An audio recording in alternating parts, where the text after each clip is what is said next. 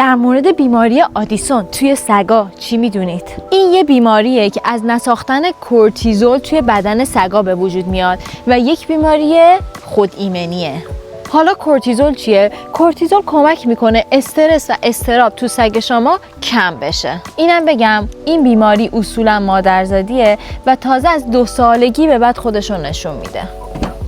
توی نژادهای بوردرکاری و پودل بیشتر دیده شده و تعداد اونایی که ماده ها مبتلا شدن بیشتر از نراست.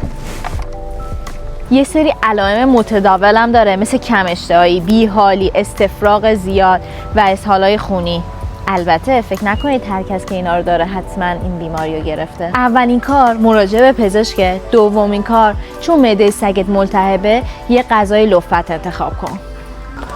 که خودتون میدونین رویال کنین بهترین برنده.